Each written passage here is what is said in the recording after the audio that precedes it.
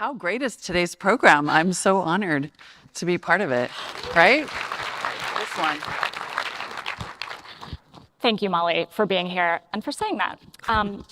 So, as I mentioned, you've covered climate tech for years in your ongoing reporting. What made you decide that right now was the time for long-form reporting on climate adaptation? Yeah, I really took the approach with starting climate tech coverage that I wanted to talk about solutions. And this was probably 3.5 or 4 years ago. And I tell this story all the time, but I was introduced through my hairdresser to a preeminent climate scientist, Inez Fung, who's at Berkeley, and who, essentially has been saying, I can write all the IPCC reports I want, but we're to the point where, we have tipped on some level. And she said, I really am focusing the next part of my career on sort of the next 100 years, because this now in many ways is an engineering problem, particularly when you talk about adaptation and resilience. And I was sitting there as a longtime technology and business reporter and was like, hallelujah, it's finally my story, if it's an engineering problem. And I'm from the Northern Plains, and I'm just a solutions-oriented girl. Like, I don't like to talk about problems. I like to get down to the fixing. Right? We all are, or we wouldn't be here. Exactly. Solutions. So started coverage in that vein, and then just was discovering 4 years ago that we were having that conversation too early, or in some cases 10 years too late when it came to Silicon Valley and their kind of original green tech rush. But that the more we reported, the more was starting to happen. And so and we had been calling this coverage How We Survive all along. And then the idea for the long form podcast was to really say, okay, now we're starting to have solutions. What do those actually mean? How do we break those solutions down to their component parts to understand their impact, their possibility, the potential obstacles that will come up? And so we focused this 8-episode narrative podcast on arguably very boring technology to the mainstream, which was batteries. And so I said, well, I've been obsessed with batteries for several years because they seem like kind of a big deal in the transition to renewable energy. What goes into having this solution become a reality? And so we just backed out the technology, the development, and landed ultimately at lithium, and did a series on lithium mining, the attempt to create a lithium supply chain in the United States and really build that out. And then all of the kind of complexities that go into that, the various stakeholders, it's a podcast about lithium and batteries, but it's about indigenous rights, eco-terrorism, crazy busy business espionage stories, right? And it's about the communities that are impacted or desperate for these solutions in various ways. So it just became a fascinating exploration. I was listening to Joel yesterday talk about the Stockdale paradox, and I think the idea of breaking down solutions in this way is really a part of this concept of being very realistic and really clear-eyed about what it's going to take to get us where we need to go. There's a lot there. Yeah. And I'm a total fangirl of the podcast. But I'm curious what most struck you as you were reporting it. I think what struck me at the end of the day is just how human humans are. And that one of the things we have to be really clear-eyed about is that every action has an equal and opposite reaction. And for everything that seems like a good idea and is a good idea, there will also be parts about it that aren't perfect. And there will be people's very, very, very individual, in some cases, interests and beliefs and desires and alignments that all have to be managed. But I think the other thing that struck me is that in being clear-eyed about solutions, we also have to be clear-eyed about the hard choices that we have to be a lot more honest. Yeah. What are some of those trade-offs specifically? Because spoiler alert, the podcast ends with this call to action that we need to get to work, and it's now. Like, this is not a drill. Spoiler alert, every conversation you're going to have this week is going to end in the same place. Precisely. So what specifically are some of those hard choices and trade-offs?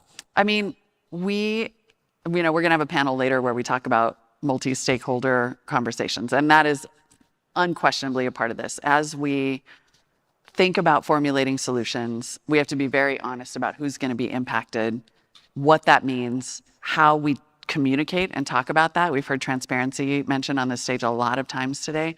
That's a huge part of that because there's going to be a lot of cynicism. If you come along and you say, I have a solution, it's water in a can, I'm going to sell it to you because there isn't any more water in the Colorado River, like people are going to be understandably skeptical about that, and they should. They're going to be understandably skeptical about a mine on their land. So what are the transparencies that can occur? And then also just what are the parts that aren't going to be perfect, but we have to do them anyway? Like, it's very possible that we're going to have to do lithium extraction in the United States in places that haven't had mines on them before. And it's also very possible that we're overstating the impact of EVs as opposed to other forms of transportation. And, right, it's sort of like we have to take into account all of the ands and be honest about them and not pretend that they don't exist, but say the perfect cannot be the enemy of the solution. Not just the good, right? Like if there's an answer, we need it all. We need all of them. And so we can't sort of allow ourselves to get into this analysis paralysis about is everything going to be perfect all the time? Because it's just not. And sometimes we're going to have to move. That is a really familiar concept, I think, to the people in this room who do this work. And so I'm curious what you would see as the role of business and particularly the role of the sustainability professional. I think that honesty is really important, whether it's in the C-suite or whether it's dealing with journalists. I think it's really important to say we have considered. I was a judge on the Verizon Climate Resilience Prize, which was delightful. Thanks for recruiting me for that. One of the things I thought was so great about that process is that every company had to answer the question, have you considered the unintended consequences of your solution?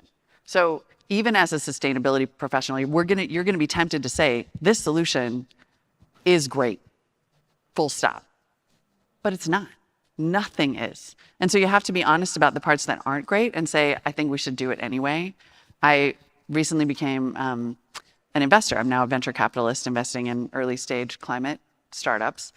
And as part of my homework, I was reading about deal memos, and what is widely considered one of the greatest deal memos ever written is a memo that was written about the acquisition of YouTube by Google. And this venture capitalist essentially spent 9 paragraphs explaining why YouTube was screwed. It was like, they've got intellectual property headwinds. We're not totally sure if users are going to actually upload video. We don't think advertisers are going to want to be next to all the videos that people are going to upload. The path forward is highly inconsistent. I think we should proceed with them at the terms offered. Worked out great for Google. That's amazing. So sometimes you can be brutally honest about the things that are wrong with your solution and then still say, this solution has to happen. We should still do this. That's amazing. So you note in How We Survive that scientists are having a harder time predicting accurately the outcomes of climate change. Mm-hmm. And at the same time, the technological disruption is advancing rapidly. I'm curious, given your shift to the climate tech VC space, what are some of the technology areas that are exciting to you? Like, what's really like getting your juices flowing? Solar, renewable energy, the old stuff. I know. I mean, there are a lot of cool, I recently talked to a company that wants to genetically engineer bacteria. They're working on this now. They've genetically engineered this bacteria to consume carbon dioxide and poop out textiles. So replace the cotton supply chain, polyester, right? I mean, amazing. Like a clothes pooping superbug. What's not to like? What's not to like? So, but for every one of those, I want to figure out the company that's creating a pipeline for developing renewable energy projects, right? Like I am going to put everything, because there will have to be some Silicon Valley silver bullets. That is a part of our solution matrix. In the matrix that includes everything. To be clear, I just want to reiterate, we need it all. That will include actually figuring out carbon capture. might even include fusion. Might, like there are a lot of potential inventions that could happen that will be major game changers, but we also have to figure out how to nail the basics at a systemic level. And so everybody that I'm talking to, I'm trying to put through a filter that's like, are you changing a system? Are you talking to me about gigatons? Or are you changing behavior, consumer behavior? Because all of those have to be, one or all of those have to be included in your solution for it to be really, really impactful. So given the speed of innovation and the stakes, what gives you hope? I am like so hopeful, and it's partly because I have moved into this role, and this was part of the reporting with How We Survive too, is that yes, there are people who are always going to find problems. A lot of those people are journalists, and that's why I couldn't do that job anymore. Because,